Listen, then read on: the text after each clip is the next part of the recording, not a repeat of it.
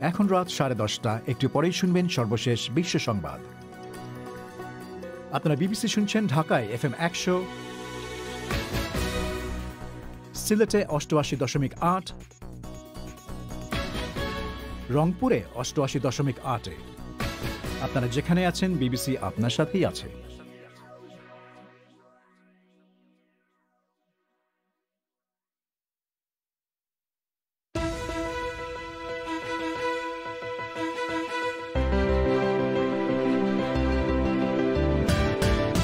বিশ্বের প্রথম কোনো দেশ হিসেবে ব্রিটেন ফাইজার এবং বায়োএনটেকের করোনা ভাইরাসের টিকা অনুমোদন করেছে। সামনের সপ্তাহ থেকেই ব্রিটেনে গণহারে এই টিকা দেওয়া হবে। বাংলাদেশের 3টি পার্বত্য জেলায় শিক্ষার স্বাস্থ্যসেবার পর্যাপ্ত সুযোগ নেই বলে অভিযোগ। বান্দরবানের ধরেন চিবুক এলাকার কথা যদি আমরা বলি, সেখানে হচ্ছে 5 স্টার হোটেল নির্মাণের প্রক্রিয়া চলছে, অথচ সেখানকার মানুষজন প্রাইমারি লেভেলের যে পড়াশোনা সেটাও কোন রকম শেষ করে অনেক কষ্টে, কারণ হচ্ছে ওখানে কোনো প্রাইমারি স্কুল ওভাবে নাই। ভারতে আবিষ্কৃত কোভিড টিকার চূড়ান্ত পর্যায়ের ট্রায়াল আজ শুরু হয়েছে কলকাতায়। থাকছে স্বাস্থ্য বিষয়ে আপনাদের প্রশ্ন নিয়ে ফোন ইন। এসব নিয়ে আজকের পরিক্রমা পরিবেশন করছে আমি মোয়াজ্জেম হোসেন। তবে শুরুতেই বিশ্ব সংবাদ।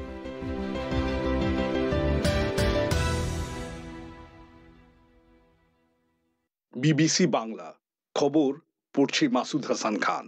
ব্রিটেন হচ্ছে বিশ্বের প্রথম কোনো দেশ যারা ওষুধ কোম্পানি ফাইজার এবং বায়োএনটেকের উদ্ভাবিত করোনা ভাইরাসের টিকা অনুমোদন করেছে। ব্রিটেনের নিয়ন্ত্রক কর্তৃপক্ষের এই অনুমোদনের পর এখন সামনের সপ্তাহ থেকেই ব্যাপক হারে সাধারণ মানুষকে এই টিকা দেয়া শুরু হবে। পরীক্ষামূলক প্রয়োগে এই টিকাটি 95% কার্যকর বলে প্রমাণিত হয়েছে। ব্রিটেনের ওষুধ নিয়ন্ত্রণ কর্তৃপক্ষ বলছে তারা এই টিকার নিরাপত্তার দিকগুলো নিয়ে সন্তুষ্ট। এদিকে ইউরোপীয় ইউনিয়নের ওষুধ বিষয়ক নিয়ন্ত্রক সংস্থা বলছে ব্রিটেনে এই টিকাটি অনুমোদন করা হয়েছে একটি জরুরি ব্যবস্থার বলে। ইউরোপীয় ওষুধ সংস্থা আগামী 29শে ডিসেম্বর এক বৈঠকে বসে ঠিক করবে শর্ত সাপেক্ষে সব সদস্য দেশে এটি ব্যবহারের অনুমতি দেয়া যায় কিনা। আন্তর্জাতিক শ্রম সংস্থা বলছে করোনা ভাইরাসের মহামারী সারা বিশ্বেই মানুষের মজুরির উপর প্রভাব ফেলেছে। আইএলও বলছে চলতি বছরের প্রথম 6 মাসে মানুষের গড়পড়তা মজুরি কমেছে অথবা খুবই ধীর গতিতে বেড়েছে। অদূর ভবিষ্যতেও মজুরির অধোগতি অব্যাহত থাকবে বলে আইএলও সতর্ক করে দিয়েছে। মাস্ক ব্যবহার নিয়ে বিশ্ব স্বাস্থ্য সংস্থা কঠোরতর নতুন একটি নিয়মাবলী জারি করেছে। WHO বলছে যেসব জায়গায় কমিউনিটিতে উঁচু মাত্রায় কোভিড-19 সংক্রমণ হচ্ছে সেখানে 1 মিটার সামাজিক দূরত্ব মানা সম্ভব না হলে ঘরের ভেতর এবং বাইরে মাস্ক ব্যবহার করা উচিত। আরো বলা হয়েছে বাড়িতে কোনো অতিথি এলে উপস্থিত সবার ফেস মাস্ক পরে থাকা উচিত। বিশেষজ্ঞরা এখন বলছেন শুধু হাঁচি কাশির মাধ্যমে নয়, কথা বলার সময় বা নিঃশ্বাস প্রশ্বাসের মাধ্যমেও করোনা ভাইরাস একজনের শরীর থেকে আরেকজনের শরীরে ঢুকতে পারে।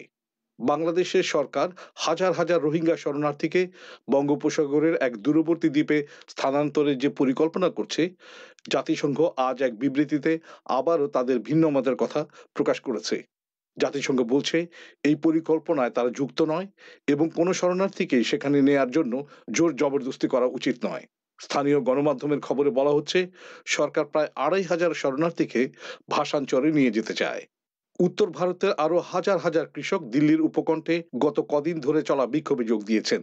এই কৃষকরা সরকারের নতুন কৃষি আইনকে অন্যায্য এবং শোষণমূলক বলে বর্ণনা করে তার বিরুদ্ধে বিক্ষোভ করছেন। কৃষকরা বলছেন সরকারের কৃষি সংস্কারের সুফল পাবে কেবল বড় বড় কর্পোরেশন। আপনারা পরিক্রমা শুনছেন বিবিসি লন্ডন থেকে। অনুষ্ঠানে আরও একবার আপনাদের স্বাগত জানাচ্ছি আমি মোয়াজ্জেম হোসেন। বাংলাদেশে পার্বত্য শান্তি চুক্তির 23 বছর পূর্ণ হচ্ছে আজ, কিন্তু 3টি পার্বত্য জেলায় পাহাড়ি জনগোষ্ঠীর নেতারা অভিযোগ করছেন সেখানে শিক্ষা আর স্বাস্থ্যসেবার ক্ষেত্রে এখনও পর্যাপ্ত সুযোগ তৈরি হয়নি। এই নেতারা বলছেন শহরাঞ্চলে এসব সুযোগ সুবিধে থাকলেও দুর্গম এলাকায় স্কুল আর হাসপাতাল ও স্বাস্থ্য সেবা কেন্দ্রের অপ্রতুলতা রয়েছে। দুর্গম এলাকায় স্বাস্থ্য ও শিক্ষার সুযোগের ঘাটতি থাকার কথা স্বীকার করছে সরকারও। তবে তারা আশ্বাস দিচ্ছে যে শিগগিরই এই ঘাটতি দূর করতে পদক্ষেপ নেওয়া হবে। বিস্তারিত শুনুন মুন্নি আক্তারের কাছে। বান্দরবান জেলার কঙ্কাবতী ইউনিয়নের বাসিন্দা রেং ইয়াংম্রো। মিস্টার ম্রো জানান স্বাস্থ্য আর শিক্ষার সুযোগের ক্ষেত্রে এখনও অনেক পিছিয়ে রয়েছে পাহাড়ি জনগোষ্ঠী। এখনও অনেক এলাকা রয়েছে যেখান থেকে বান্দরবান জেলা শহরে আসতে কয়েকদিন সময় লেগে যায়। সেখানে মানুষ অসুস্থ হলে মারাত্মক অবস্থার সৃষ্টি হয়, কারণ যে কোনো ধরনের অসুস্থতার জন্য যেতে হয় জেলা শহরেই। অনেক এলাকায় এখনও নেই প্রাথমিক শিক্ষার কোনো সুযোগ।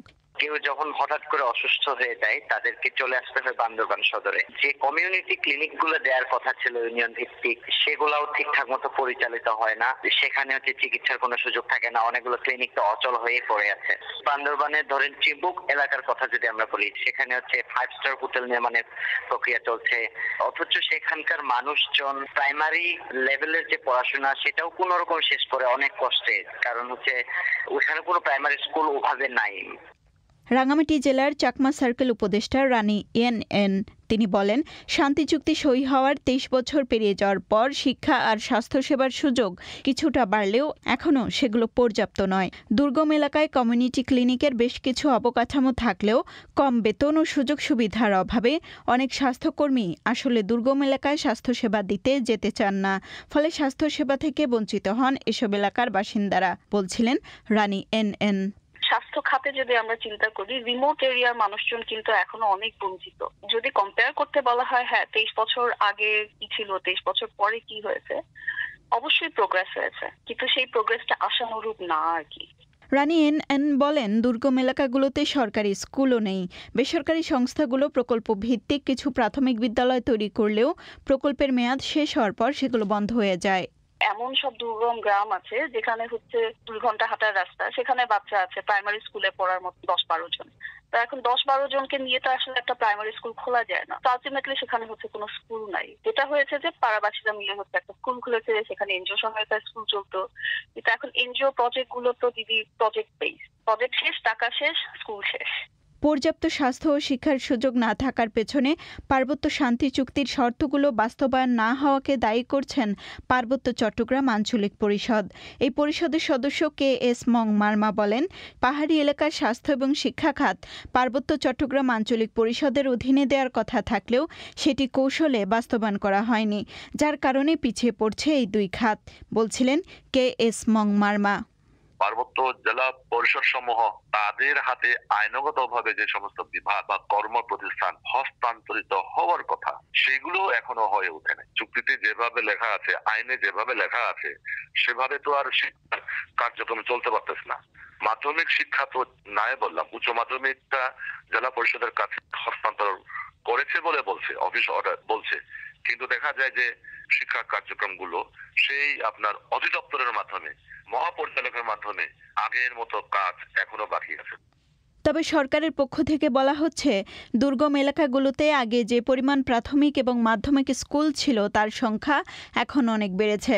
তবে এরপরও দুর্গম এলাকাগুলোতে শিক্ষা এবং স্বাস্থ্য ক্ষেত্রে ঘাটতি রয়েছে বলে স্বীকার করেন পার্বত্য চট্টগ্রাম বিষয়ক মন্ত্রণালয়ের সচিব শফিকুল আহমদ।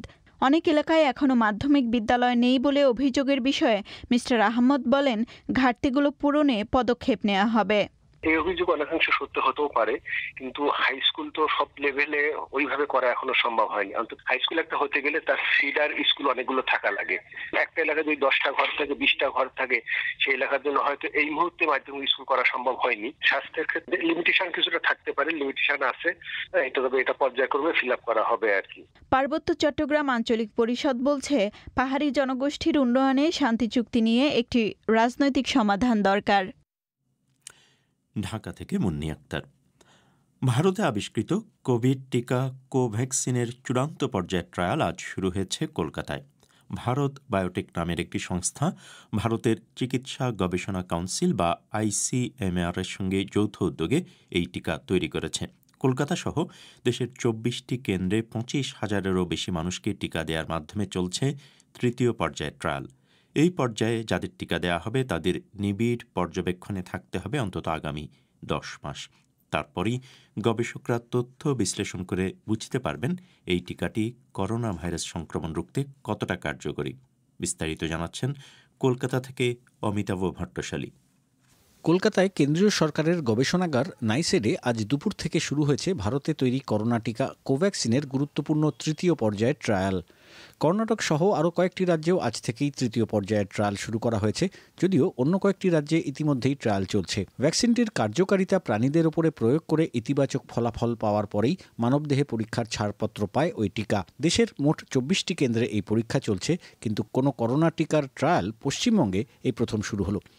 প্রথম টিকাটি নেন নাইসেড গবেষণাগারের কাছেই থাকেন এমন এক ব্যক্তি, আর দ্বিতীয় টিকাটি দেওয়া হয় কলকাতার বিদায়ী মেয়র ও রাজ্যের পুরমন্ত্রী ফিরহাদ হাকিমকে। তিনি নিজেই এই ট্রায়ালে অংশ নেবার ইচ্ছা প্রকাশ করেছিলেন। টিকা নেওয়ার পরে সাংবাদিকদের তিনি জানাচ্ছিলেন, বায়োটেকের যে ওষুধ সেটা নিলাম, আধ ঘন্টা আমাকে বসিয়ে রাখলো, আমার কোনো অসুবিধা নেই। আমাকে এটা দেওয়ার পরে এখন ওনাদের অনেক স্বেচ্ছাসেবক বাড়ছে হু হু করে।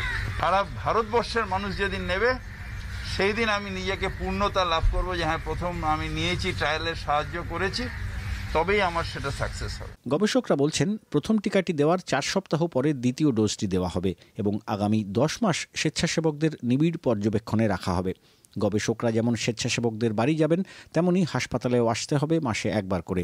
এর জন্য সামান্য হাত খরচও তারা পাবেন। টিকা পরীক্ষার জন্য যে গাইডলাইন তৈরি করা হয়েছে তাতে সেই সব মানুষকেই স্বেচ্ছাসেবক হিসাবে গ্রহণ করা হবে যারা কোভিড, এইডস এবং হেপাটাইটিসে আক্রান্ত হননি। আবার গর্ভবতী নারীরা ট্রায়ালে অংশ নিতে পারবেন না এবং ট্রায়াল চলাকালীন গর্ভধারণ করবেন না এমন মুচলেকাও দিতে হবে। কোভ্যাক্সিন ট্রায়ালের মুখ্য গবেষক ডক্টর ই ভেঙ্কটরাও সংবাদ সংস্থা এএনআইকে দেওয়া এক সাক্ষাৎকারে বলছিলেন কি পদ্ধতিতে এই ট্রায়াল চলছে।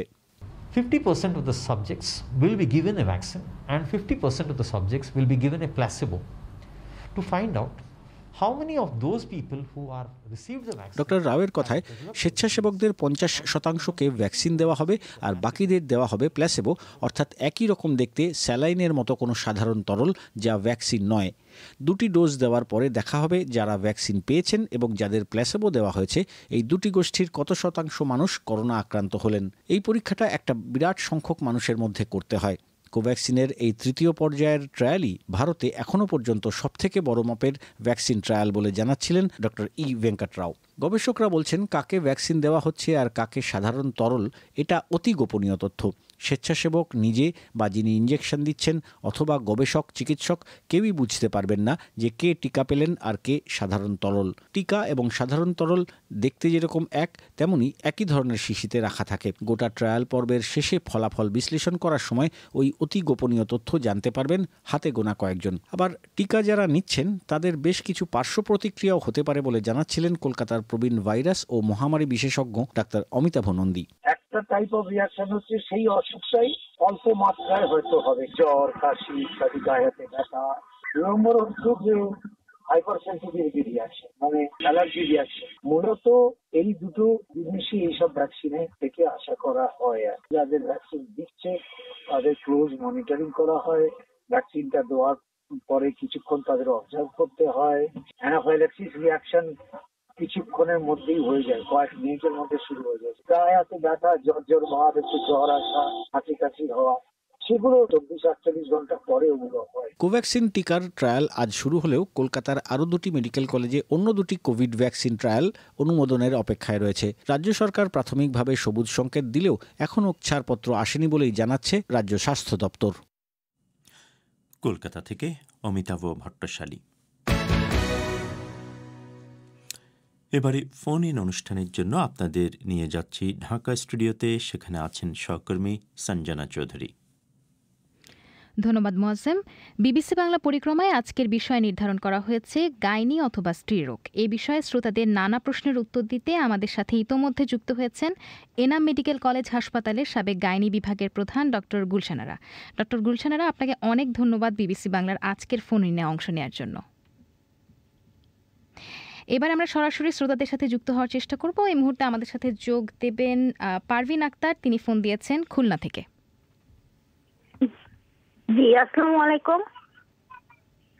জি, আপনি প্রশ্নটি করুন। জি, আমার প্রশ্ন ছিল যে পিরিয়ডের সময় আমার খুব পেটে ব্যথা হয়, এতটা ব্যথা হয় যে আমার গায়ে জ্বর চলে আসে, বমিও হয় সাথে। আমার ডাক্তারের কাছে একটা প্রশ্ন ছিল। জি জি, ডক্টর গুলশানার, আপনি শুনতে পেয়েছেন? হ্যাঁ শুনেছি। তো পেশেন্ট তো তার বয়স অথবা তার বাচ্চা আছে কিনা সেটা বলে নাই, ওটা বললে ভালো হইতো। তো এখন পিরিয়ডের ব্যথা অনেক কারণেই হয়ে থাকে। একটা হচ্ছে যে পিরিয়ডে সামান্য কিছু ব্যথা হয়, উনি অবশ্য বলছেন যে অনেক বেশি ব্যথা, যে উনি রেগুলার কাজ করতে পারছেন না, এজন্য কতগুলো কন্ডিশনেই ব্যথা হয়। সেজন্য তাকে আলট্রাসোনোগ্রাফি করলে অনেকগুলো কন্ডিশনই বের হয়ে আসবে। সাথে উনি ব্যথানাশক ওষুধ খেতে পারেন। এটা হচ্ছে যখন পেইন হবে তখন মাসিকের সময় ওষুধ খাবেন। সাথে আরো ব্যথার জন্য যদি অ্যাসিডিটি হয় তারও ওষুধ খেতে পারেন। কিন্তু ওনাকে আলট্রাসোনোগ্রাফি করে আসলে দেখতে হবে যে এই পেইনটা ওনার কি জন্য হচ্ছে। কারণ জরায়ুর অনেকগুলো কারণে, এন্ডোমেট্রিওসিস নামে আছে একটা, সেটাতে হয়, জরায়ুর টিউমার থাকলে হয়, তারপরে পেলভিসে ইনফেকশন থাকলে হয়। এইটার কোনটা ওনার আছে সেইটা দেখে তারপরে উনি ওইগুলোর হচ্ছে ডেফিনিটিভ ট্রিটমেন্টে যাবেন। জি, ওনার ডাক্তারের পরামর্শ নিতে হবে। জি জি। এবার আমরা চলে যাচ্ছি কুমিল্লায়, সেখান থেকে যোগ দেবেন মিতু খন্দকার। জি, আসসালামু আলাইকুম। জি জি, আপনি প্রশ্নটি করুন। ওয়ালাইকুম আসসালাম। আমার হচ্ছে বয়স 26, আমি কনসেপ্ট করছি 9 মাস চলতেছে। এখন আমার জরায়ুতে টিউমার আছে, আর টিউমারটা প্রচুর পরিমাণ পেন করে। আর পেনের জন্য কোনো ধরনের সলিউশন আমার আছে কিনা এই মুহূর্তে, মানে 9 মাস চলতেছে যেহেতু ব্যথা অনেক বেশি। আর একটা হচ্ছে আমার প্রচুর শ্বাসকষ্টের সমস্যা হয়, আমি কোনো ইনহেলার ব্যবহার করতে পারবো কিনা, ইনহেলার নামটা যদি বলতো আর কি। জি, ডক্টর গুলশানা। হ্যাঁ, শ্বাসকষ্ট মানে আগে থেকে হয়তো মনে হয় ওনার অ্যাজমা আছে। অ্যাজমার জন্য ইনহেলার আপনি ব্যবহার করতে পারবেন। ইনহেলারের তো অনেক রকম আছে, এটা আপনার ডাক্তারের পরামর্শ নিয়ে যে ইনহেলার উনি দেন আপনাকে সেই ইনহেলার নিতে পারবেন। আর বাচ্চা আছে 9 মাস হয়ে গেছে, সামনে তো মনে হয় ডেট এসে গেছে। তো টিউমার যদি ফাইব্রয়েড নামে যে টিউমারটা আছে এটা থাকলে ব্যথা করে, ব্যথার ওষুধ আপনি খেতে পারবেন। খেয়ে আপনি চেষ্টা করেন যে আপনার ডিউ ডেটে অথবা তার আগে ডাক্তারের পরামর্শ নিয়ে যে আপনি কত দূর যেতে পারবেন, আপনার ডেলিভারির মোডটা কি হবে, এটা মানে অপারেশন লাগবে কিনা, এটা নরমাল ওয়েতে হবে কিনা, এইগুলো ডিসিশন নিয়ে তারপরে আপনি ডেলিভারির ডিসিশন নেবেন। তার আগে আপনি পেইন কিলার আপনাকে ডাক্তার যা দেয় সেটা আপনি খেতে পারবেন, এটাতে কোনো সমস্যা নেই। জি, এবারে চলে যাচ্ছি হাজের আক্তারের কাছে, তিনি ফোন দিয়েছেন সিলেট থেকে। হ্যালো। হ্যালো, জি হাজের আক্তার, আপনার প্রশ্নটি করুন। আমার প্রশ্ন হচ্ছে কোলেস্টেরল জন্ডিসের বিষয়টা কি, ওটার ট্রিটমেন্টটা আসলে? জি, আপনার প্রশ্নটা আসলে পরিষ্কার হয়নি, বোঝা গেল না। আপনি আরেকবার করবেন? Cholesterol jaundice. Cholesterol jaundice. জি জি। কোলেস্ট্যাসিড জন্ডিস মনে হয় বলছে। কোলেস্ট্যাসিড জন্ডিস প্রেগন্যান্সিতে যেটা হয় সেইটা। জি জি জি। কোলেস্ট্যাটিক জন্ডিস প্রেগন্যান্সিতে যেটা হয় সেটার মেডিসিন আছে, কিন্তু এই মেডিসিনও আপনাকে ডাক্তারের পরামর্শ অনুযায়ী খেতে হবে। এটা একটা কন্ডিশন, এটাতে ভয় পাওয়ার কিছু নাই। ডাক্তার যদি আপনার ওই টেস্টটা করবে কতখানি বিলিরুবিন বেড়ে গেছে সেটা দেখে আপনাকে মেডিসিনের ডোজ এবং কতদিন খাবেন ওইটা বলে দিবেন। তারপরে আপনি দেখবেন এটা মানে কোনো সমস্যা হবে না আপনার, এটা কমে যেয়ে আপনি ডেলিভারির দিকে আগায় যেতে পারবেন। জি, এবার চলে যেতে চাই আমাদের চতুর্থ কলারের কাছে, তিনি ফোন দিয়েছেন নীলফামারী থেকে জান্নাতি আক্তার মিম। জি জি, আপনার প্রশ্নটি করবেন।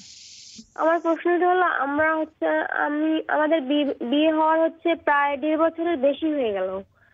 বাচ্চার জন্য ট্রাই করতেছি বাট কনসিভ করতেছি না। অনেক জায়গায় ডক্টর দেখাইছি, রিপোর্টও ভালোই আসছে, বাট বাচ্চা কনসিভ করতেছি না কেন সেটা বুঝতেছি না। কিন্তু আমার হচ্ছে পেটে ব্যথা আছে একটু, মানে মিন্স হওয়াকালীন আমার পেটে ব্যথা হয়। হ্যাঁ, আপনার আসলে মাত্র 1.5 বছর হলো বিয়ে হয়েছে, তো আপনি তো পরীক্ষাগুলো করেছেন। আসলে 1 বছরের মধ্যে কিন্তু 60% মানে এটা কনসিভ করে, আর বাকিরা কিন্তু আসলে একটু সময় লাগে। তো আপনার সব পরীক্ষাতে যদি ভালো থেকে থাকে, শুধুমাত্র একটু পেট ব্যথার মাসিকের সময় অনেকেরই হয়। তো এটা যদি আপনি পরীক্ষা করে থাকেন তাহলে তো আপনি দেখেছেন যে পেট ব্যথার জরায়ুর কোনো কারণ আছে কিনা, সেগুলা হয়তো নাই। আপনি যেহেতু বলছেন যে পরীক্ষা করা হয়েছে, আপনার হাজবেন্ডের পরীক্ষা করা হয়েছে কিনা, যদি না হয়ে থাকে সেটাও আপনি করবেন। করে আপনি আপনার ডাক্তারের পরামর্শ নিয়ে চেষ্টা করেন। এটা হতাশ হবেন না, কারণ আপনার বিয়ে কিন্তু মাত্র 1.5 বছর হলো হয়েছে। এখানে কিন্তু সব 100% হচ্ছে কনসিভ করে না, এটা কিন্তু সময় লাগে, আর একটু সময় লাগবে, আপনার লাগতে পারে। এবার চলে যাচ্ছি পরের কলারের কাছে। করিমা খাতুন, তিনি ফোন দিয়েছেন খুলনা থেকে। জি, আমার বয়স 30। আমার সমস্যা হচ্ছে আপনার প্রেশারে। পেশাব আসলে আমি ধরে রাখতে পারি না, ধারণ ক্ষমতা অনেক কম, অনেক সময় কাপড় নষ্ট হয়ে যায়। এটা প্রস্রাবের আসলে সমস্যা, প্রস্রাবের সমস্যা পরীক্ষা করতে হবে, কিন্তু প্রস্রাব পরীক্ষা করে এটাতে কোনো মানে ইনফেকশন আছে কিনা সেটা দেখতে হবে। আর তাছাড়া প্রস্রাবের জন্য যেটা, যে আপনি প্রস্রাব করার পরে একটু উষ্ণ পানি ব্যবহার করেন, পানিটা পরিমিত পরিমাণে খাবেন। আর ধরে রাখতে পারেন না মানে এটা কি হাঁচি কাশি দিলে ধরে রাখতে পারেন না, নাকি এমনি ধরে রাখতে পারেন না, এটার কিছু এক্সারসাইজ আছে। সেই এক্সারসাইজ আপনি ডাক্তারের কাছে বললে কিন্তু সেই এক্সারসাইজটা আপনাকে বলে দিবে, দেখায় দিবে, সেটা কিছু এক্সারসাইজ করা যায়। আর তাছাড়া একটু আপনি মানে পরিষ্কার পরিচ্ছন্ন থেকে ওই যে একটু উষ্ণ পানি ব্যবহার করলে এটা সমস্যাটার অনেকটাই সমাধান হয়। আর আপনি প্রস্রাব টেস্ট করেন, টেস্ট করে দেখেন এটাতে ইনফেকশন আছে কিনা। যদি থাকে তাহলে ডাক্তারের পরামর্শ ক্রমে আপনি ওষুধ খাবেন, তাহলে দেখবেন যে সমস্যাটা সমাধান হবে। জি, এবার চলে যেতে চাচ্ছি আমাদের ষষ্ঠ কলারের কাছে। তিনি কুমিল্লা থেকে ফোন দিয়েছেন, সুমি আক্তার। জি জি, সুমি আক্তার শুনতে পাচ্ছেন, আপনি আপনার প্রশ্নটি করুন। আমার প্রশ্ন হচ্ছে, আমার প্রস্রাবের রাস্তা প্রচুর চুলকায় এবং লালা জাতীয় বের হয়, এবং এটা আমার অনেক দিন। এটা কেন হয় আর এটার প্রতিকার কি? হ্যাঁ, এরকম চুলকানি আর হচ্ছে মানে ডিসচার্জ মানে যেটা লালা বের হয়, এটা তো কন্ডিশন আছে, অনেকগুলো কারণেই এটা হয়। তারপরেও আপনি যেহেতু অনেকদিন হলো বারবার হয়েছে, এটা কিন্তু বারবার হতে পারে। এটা 2 রকম ইনফেকশনের জন্যই বেশি হয়, অনেকটা ফাঙ্গাসের জন্য হয়, আর একটা ট্রাইকোমোনিয়াসিস বলে সেটার জন্য হয়। এই 2টা ইনফেকশনেই ম্যাক্সিমাম দেখা যায়, আবার 2টা মিক্সড হতে পারে। এজন্য আপনাকে ডাক্তার হয়তো লোকাল ব্যবহার করার জন্য মানে মাসিকের রাস্তায় ব্যবহার করার জন্য যে ট্যাবলেট আছে সেটা দিতে পারেন। বাইরে হচ্ছে চুলকানির জন্য ক্রিম ব্যবহার করতে পারেন। তারপরে একটু উষ্ণ পানি ব্যবহার করতে পারেন। আর দিনে একটু চেষ্টা করেন জায়গাটা ড্রাই রাখার জন্য। তবে যেহেতু এই যে 2টি ইনফেকশন যেটা আমি বললাম, এটা কিন্তু বারবারই হতে পারে। আপনি আপনার হাজবেন্ডকেও একটা ট্রিটমেন্ট দিবে আপনার ডাক্তার। দুইজনেই একসঙ্গে ট্রিটমেন্ট নিলে তাহলে দেখা যাবে যে ওই ইনফেকশনটা, ট্রাইকোমোনাস ইনফেকশনটা আর এত বারবার হবে না। আর ফাঙ্গাল ইনফেকশনটার জন্য আসলে ড্রাই থাকতে হবে আপনার। আর আপনি ব্লাড সুগারটা দেখে নেবেন যে আপনার ডায়াবেটিস আছে কিনা, ডায়াবেটিসের কন্ডিশনে এটা হয়। আর একটু জন্ম নিয়ন্ত্রণের বড়ি খাচ্ছেন কিনা সেটাও একটু জানতে হবে, এইখানেও অনেক সময় এটা হয়। আবার কন্ডোম ব্যবহার করলেও অনেক সময় এগুলো হয়। আবার অনেক দিন ধরে যদি কেউ অসুস্থ থাকে অন্য কোনো কারণে, সেটাও হতে পারে। তো আপনার জন্য যেটা, সেটা আপনি মিনিমাম হচ্ছে আপনার ডায়াবেটিস আছে কিনা এটা দেখবেন, এবং সাথে ইউরিনের টেস্টটাও করে নেবেন যে ইনফেকশন আছে কিনা। জি, আপনার শ্রোতাদের উদ্দেশ্যে আবার জানিয়ে দিতে চাই যে গাইনি অথবা স্ত্রী রোগ সম্পর্কে বিভিন্ন নানা প্রশ্নের উত্তর দিচ্ছেন ডক্টর গুলশান আরা। এবার তার কাছে প্রশ্ন রাখবেন রংপুর থেকে নাসরিন আক্তার। জি, নাসরিন আক্তার বলছি। জি জি, আপনার প্রশ্নটি করুন। আমার প্রশ্ন হলো, মেয়েদের ব্রেস্ট টিউমারের উপসর্গগুলো কি হতে পারে, অর্থাৎ কি করে বুঝবো যে ব্রেস্ট টিউমার হয়েছে? আর একটা প্রশ্ন ছিল, প্রশ্নটা হচ্ছে মেয়েদের 15 থেকে 18 বা 20 বছরের মধ্যে যে পিরিয়ডের সময় প্রচন্ড ব্যথা হয়, এই ব্যথার যদি কোনো ট্রিটমেন্ট না হয়, এমনিতেই ভালো হয়, পরবর্তীতে কোনো সমস্যা হতে পারে কিনা? না, আপনি প্রথমটা বলি ব্রেস্ট টিউমারটা নিয়ে। ব্রেস্ট আসলে নিজেই পরীক্ষা করা, এটা জানা যায়। হ্যাঁ, এটা শিখে নিতে হয় একটু।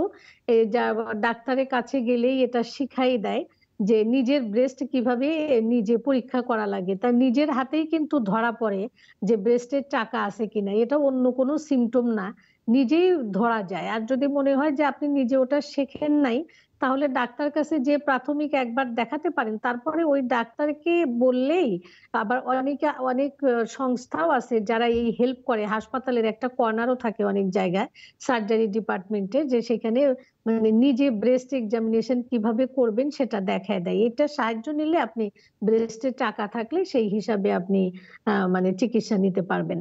আর মাসিকের এই বয়সের মধ্যে, যে বয়সটা বলছেন এই বয়সের মধ্যে মাসিকের ব্যথা হতে পারে। মাসিকের ব্যথাটা এমনি এমনি যদি ভালো হয়ে যায় তাতে সমস্যা নেই। আসলে এইখানকার এই সময়ের ব্যথাটা আসলে এমনি ভালো হয়ে যায়।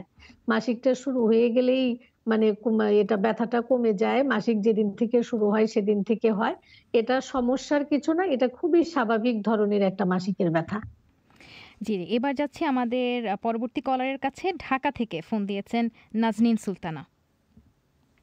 আমার সমস্যাটা হচ্ছে হঠাৎ করে বমি লাগে, কিন্তু বমি হয় না। সেই সাথে মাথা ঘোরায়, মানে চোখ খুলতে পারি না, কারোর সাথে কথাও বলতে পারি না।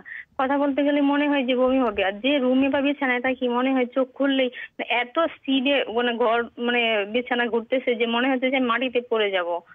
আর মানে এরকম মানে প্রায়ই হয়। মানে আগে হচ্ছে আমার মায়ের কাছে থাকতে কৃমির ওষুধ দিত, মাথায় পানি দিত, তেল দিত, কিন্তু এগুলো তো কোনো কমে না।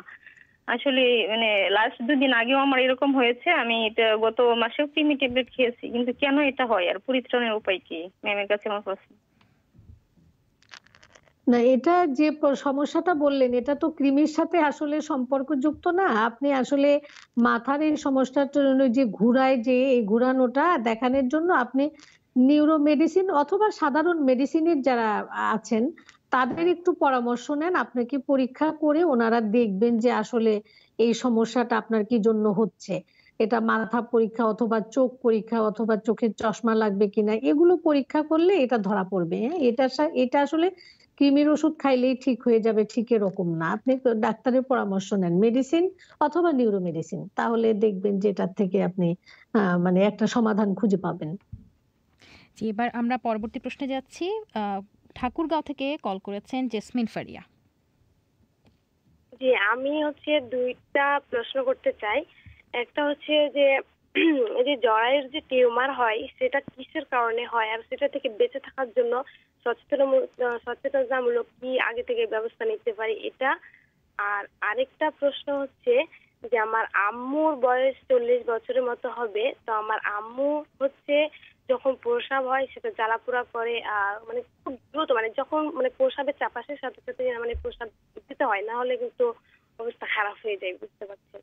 এই 2টা প্রশ্ন। আচ্ছা, আপনার আম্মুরটা আগে বলি যে এই বয়সে প্রস্রাবের, এর আগেও কিন্তু এরকম একটা প্রশ্ন ছিল যে প্রস্রাবের ইনফেকশন আছে কিনা এটা দেখতে হবে।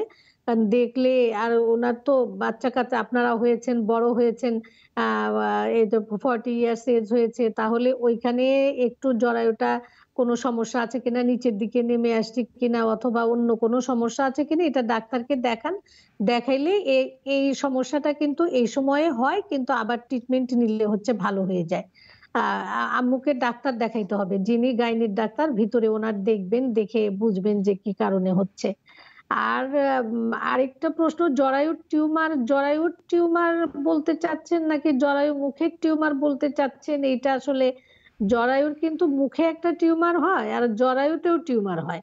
তা আপনাকে জরায়ু মুখেরটা মনে হয় সচেতনতার কথা বলছেন, কারণ ইদানিং অনেকে বলতেছিল তো, যেটাকে বলে সার্ভাইকাল ক্যান্সার। এটা আসলে একটা হচ্ছে ভ্যাকসিন নিতে হবে। ভ্যাকসিন আমাদের দেশে ফেব্রুয়ারি মাস থেকেই আমরা আশা করছি যে ভ্যাকসিন পাওয়া যাবে, তো ভ্যাকসিনের আওতায় আসলে এটা হবে।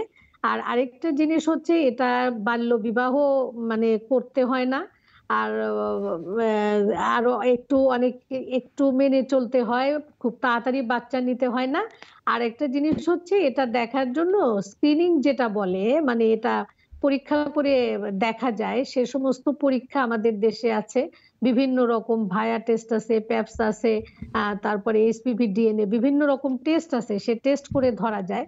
সেই টেস্টের আওতাতেও যাইতে পারে। এটা টেস্টগুলো সাধারণত 30 বছর বয়স হলে তখন থেকে শুরু করে, কিন্তু টিকা নিলে প্রাথমিকভাবেই এটা মানে বন্ধ থাকে। এটা হচ্ছে জরায়ুর মুখের ক্যান্সারের ব্যাপারটা।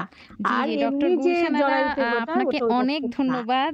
দুঃখিত যে এখানেই থামিয়ে দিতে হচ্ছে, আমাদের হাতের সময় ফুরিয়ে এসছে। আপনাকে অনেক ধন্যবাদ আমাদের সঙ্গে যুক্ত হওয়ার জন্য। শ্রোতাদের উদ্দেশ্যে জানিয়ে দিতে চাই, গাইনি অথবা স্ত্রীরোগ নিয়ে বিভিন্ন প্রশ্নের উত্তর দিচ্ছিলেন ডক্টর গুলশান আরা। এবার চলে যাচ্ছি সরাসরি লন্ডন স্টুডিওতে মোয়াজ্জেম হোসেনের কাছে। সঞ্জনা, আপনাকে ধন্যবাদ। সেই সঙ্গে ধন্যবাদ আজকের অতিথিকে। শেষ করার আগে আবারও সংবাদ শিরোনাম। বিশ্বের প্রথম কোনো দেশ হিসেবে ব্রিটেন ফাইজার এবং বায়োএনটেকের করোনা ভাইরাসের টিকা অনুমোদন করেছে। আমাদের পরবর্তী অনুষ্ঠান আগামীকাল বাংলাদেশ সময় সন্ধ্যে 7:30টায় আর ভারতে সন্ধ্যে 7টায় শুনবেন আশা করি। লন্ডন স্টুডিও থেকে আমি মোয়াজ্জেম হোসেন এখানেই বিদায় নিচ্ছি। ভালো থাকবেন। শুভরাত্রি।